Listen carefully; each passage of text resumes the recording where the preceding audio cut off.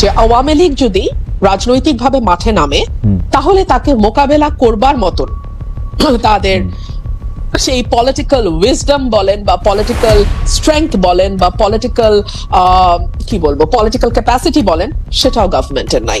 হাসিনার চেয়ে ভালো সার্ভিস বিশ্বাস করে আল্লাহর কসম বাংলাদেশে কেউ দিতে পারবে না। মানে হাসিনার যে সার্ভিস, ও মাই গড, এইরকম সার্ভিস মানে এটা সম্ভব না। এটা আসলে বাংলাদেশের পলিটিক্স করে, বাংলাদেশ কেন ভাই, পৃথিবীর কোন দেশের পলিটিক্স করে আপনি আরেকটা দেশকে এই সার্ভিস দিতে পারবেন না। বাট হাসিনা এই সার্ভিস দিয়েছে এবং এর ফলশ্রুতিতেই 15 বছর হাসিনা ক্ষমতায় থাকতে পেরেছে। আমি বিএনপিকে অলওয়েজ বলি আনস্মার্ট পার্টি। নির্বাচিত সরকার আর্মিকে ব্যারাককে ফেরত পাঠাতে ব্যর্থ হয়েছে, এক। দুই হচ্ছে নির্বাচিত সরকার স্বীকার করে নিচ্ছে যে বাংলাদেশের আইন শৃঙ্খলা পরিস্থিতি ঠিক রাখা, মানে অ্যাটলিস্ট লিভেবল রাখা। বাংলাদেশের আইন শৃঙ্খলা পরিস্থিতি 5ই আগস্টের পর ঠিক বলাটা খুবই মানে ভুল হবে। হ্যাঁ, লিভেবল বাংলাদেশ রাখা, সেই ক্যাপাসিটি, সেই কম্পিটেন্স গভর্নমেন্টের নাই। 3 হচ্ছে এই সরকার একই সঙ্গে এই বার্তাও দিচ্ছে যে আওয়ামী লীগ যদি রাজনৈতিকভাবে মাঠে নামে তাহলে তাকে মোকাবেলা করবার মতন তাদের সেই পলিটিক্যাল উইজডম বলেন বা পলিটিক্যাল স্ট্রেংথ বলেন বা পলিটিক্যাল কি বলবো পলিটিক্যাল ক্যাপাসিটি বলেন সেটাও গভর্নমেন্টের নাই।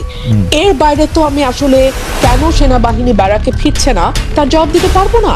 কারণ একটা যুদ্ধ বিধ্বস্ত দেশ যখন ছিল বাংলাদেশ, সেই সময়ও কিন্তু বঙ্গবন্ধু বাংলাদেশের মাটিতে নেমেই ইন্ডিয়ান আর্মিকে বাধ্য করেছিল চলে যেতে ইন্ডিয়াতে। এটা কিন্তু ওনার একটা বিরাট সাফল্য হিসেবে দেখা হয়, বিরাট সাফল্য। সো সেখানে একটা নতুন গভর্নমেন্ট, বাংলাদেশে কোনো যুদ্ধ হয় নাই, নাম্বার 1।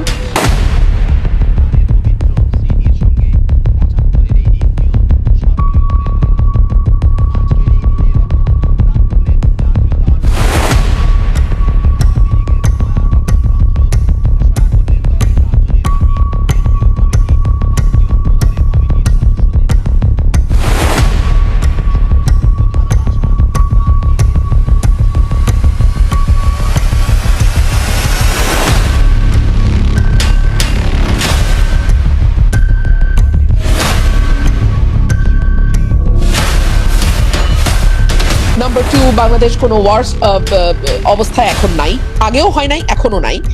এই গভর্নমেন্ট তাকে সেই মানে নিজেরাও সেই ভরসা পাচ্ছে না যে তারা আর্মিকে ছাড়া তারা ল অ্যান্ড অর্ডারকে ঠিক রাখতে পারবে। এবং আমাদের হোম মিনিস্টার ভেরি ইন্টারেস্টিংলি ওনার সকল বিষয় বুৎপত্তি আছে, আলহামদুলিল্লাহ, মাশাআল্লাহ। মানে উনি সংবিধান নিয়ে যখন কথা বলেন তখন আমার মনে হয় যে মানে আমাদের মানে সংবিধানের বড় বড় যারা মানে মানে কি বলবো বিশেষজ্ঞ ছিলেন এবং আছেন এখনো, তারাও খুবই থতমত খেয়ে যাবেন। হ্যাঁ, উনি এত ভালো সংবিধান বোঝেন, জানেন।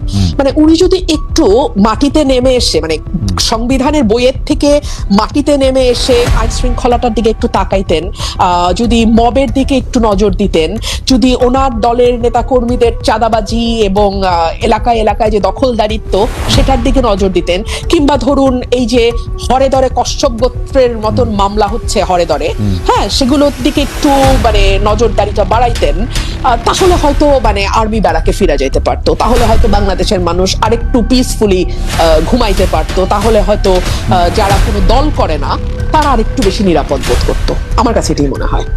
ব্যারিস্টার রুমিন ফারহানা ভাই, উনি একের পর এক যেই চমক দেখাচ্ছে এবং টকশোতে যেভাবে উনি বক্তব্য দিচ্ছে আওয়ামী লীগকে নিয়ে, বিএনপি সরকারের কিন্তু আপনার মানে কেড়ে তলা যে নাই বলতে চলে সেটা কিন্তু উনি বারবার প্রমাণ করছে। দর্শক বন্ধুরা, ব্রেকিং নিউজ, একটু মনোযোগ দিয়ে শুনবেন। ব্যারিস্টার রুমিন ফারহানা উনি বলেছে যে আওয়ামী লীগ যদি ডিসিশন নেয় যে বাংলাদেশে আসবে, তাহলে কোনো না কোনো মাধ্যম দিয়ে আওয়ামী লীগ বাংলাদেশে চলে আসবেই। কোনো সরকারি আওয়ামী লীগকে ঠেকায় রাখার জন্য সেই অ্যাবিলিটি রাখে না।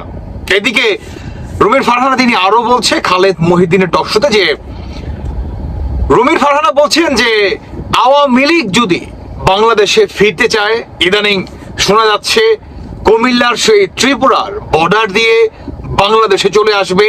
ধরে নেই যদি শেখ হাসিনা সেই দিক দিয়ে চলে আসে, তাহলে সেই দিন কি হবে? তিনি আসলে এটার এক্সাম্পল দিতে গিয়ে উনি আপনার গোলাম মাওলানা রনির সেই লাইনের কথা বলেছে। উনি বলেছে যে যদি শেখ হাসিনা সেভাবে চলে আসে তাহলে গোলাম মাওলানা রনি উনি যেভাবে বর্ণনা দিয়েছিলেন যে শেখ হাসিনা দেশে আসলে দেশের অবস্থান অ্যাকচুয়ালি কি হবে, অনেকটা সেম টু সেম এর মতোই হবে, এর থেকে কম হবে না, কিন্তু এর থেকেও দ্বিগুণ পরিমাণ অপোজিট সাইডে জামাত বলেন, বিএনপি বলেন, এনসিপি বলেন, চরমনায় বলেন, এর থেকেও জঘন্য খারাপ অবস্থা হয়ে যাবে। কেননা বাংলাদেশে ইনস্টেন্ট নাও এখন পর্যন্ত আওয়ামী লীগের উনি বলছে যে 40 থেকে 45% ম্যান্ডেট রয়েছে। এই দলটাকে আপনারা রাজনীতি থেকে আন্ডারগ্রাউন্ডে পাঠিয়ে দিয়েছেন, নিষিদ্ধ করে দিয়েছেন। কাজেই এই বড় দলটা ঠেকায় রাখার জন্য কোনো গভর্নমেন্টেরই সেই সক্ষমতা নাই বলতেই চলে। দেখুন, এই যে ব্যারিস্টার রুমিন ফারহানা, উনি ভাই সংসদ থেকে শুরু করে ইভেন বিভিন্ন জায়গায় যেভাবে উনি বলছে, উনি কিন্তু সংসদে কিন্তু বলেছে যে 52% মানুষকে বাদ দিয়ে কখনো মাননীয় স্পিকার আপনি দেশ পরিচালনা করতে পারবেন না। দেখেন, এটা চারটেখানে কথা না, যেমন এটা ট্রু ম্যান। কারণ আওয়ামী লীগের কোনো প্রতিনিধি বর্তমান সংসদে নাই। তাদের আপনার বাচ্চা কাচ্চারা বিভিন্ন বড় শিক্ষা প্রতিষ্ঠান থেকে তারা বঞ্চিত হচ্ছে, তাদের লেখাপড়ার মানে তাদেরকে আপনারা নিচ্ছেনই না, সেখান থেকে আপনারা বের করে দিচ্ছেন। তো এখন যাবে কোথায়? এখন ওই পোলাটা যদি বলে যদি বাঁচি তাহলে গাজী হয়ে বাঁচবো, যদি মরি তাহলে দেশের জন্য শহীদ হয়ে যাবো, তারপর দেশকে জঙ্গিবাদীদের হাত থেকে রক্ষা করব।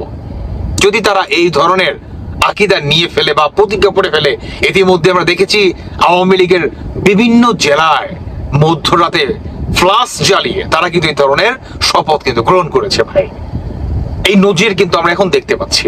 এই যে ব্যারিস্টার রুমিন ফারহানা, উনি শুধু এখানেই বলেনি, উনি আরো বলেছে যে একটা লাইন শুনেন।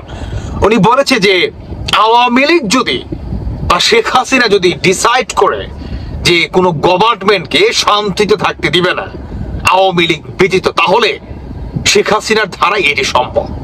আওয়ামী লীগ চাইলেই এটি করতে পারবে, কারণ একটি দলকে আপনারা নির্বাচনে আসতে দেননি, জনগণের সমর্থক ছাড়াই সেই দলটাকে আপনারা নিষিদ্ধ করে দিয়েছেন। আপনারা যদি সেই দলটাকে জনগণের হাতে তুলে দিতেন, নির্বাচনে তাদেরকে ফেরাতেন, নির্বাচনের মাধ্যম দিয়ে যদি এই ফয়সালাটা জনগণের হাতে আপনারা দিয়ে দিতেন, তাহলে আজকে হয়তোবা ভিন্ন কিছু করতে পারত। কিন্তু এই যে সুদখোর মহাজন ইউনূস, স্বৈরাচার সুদখোর ইউনূস, উনি যে আইনটি করেছে ভাই, সেম আইনে কিন্তু বিএনপি কিন্তু আইনটি প্রতিষ্ঠিত করে দিয়েছে, একদম সিল মাইরা দিয়েছে। কাজেই উনি কথা পর্যন্ত বলছে এই যে আজকে যারা ইউনূসের দেখানো পথ দিয়ে আপনারা হাঁটছেন এবং কার্যক্রমগুলো আপনারা বাস্তবে রূপ দিয়েছেন, একটা দিন আসবে বা এমন একদিন সময় হবে যেদিন আপনাদের রাজনীতি বাংলাদেশ থেকে নিশ্চিহ্ন হয়ে যাবে। It is true 100% also. আপনি কিঞ্চিত পরিমাণ সন্দেহ রাখেন না, রাখাই ভালো।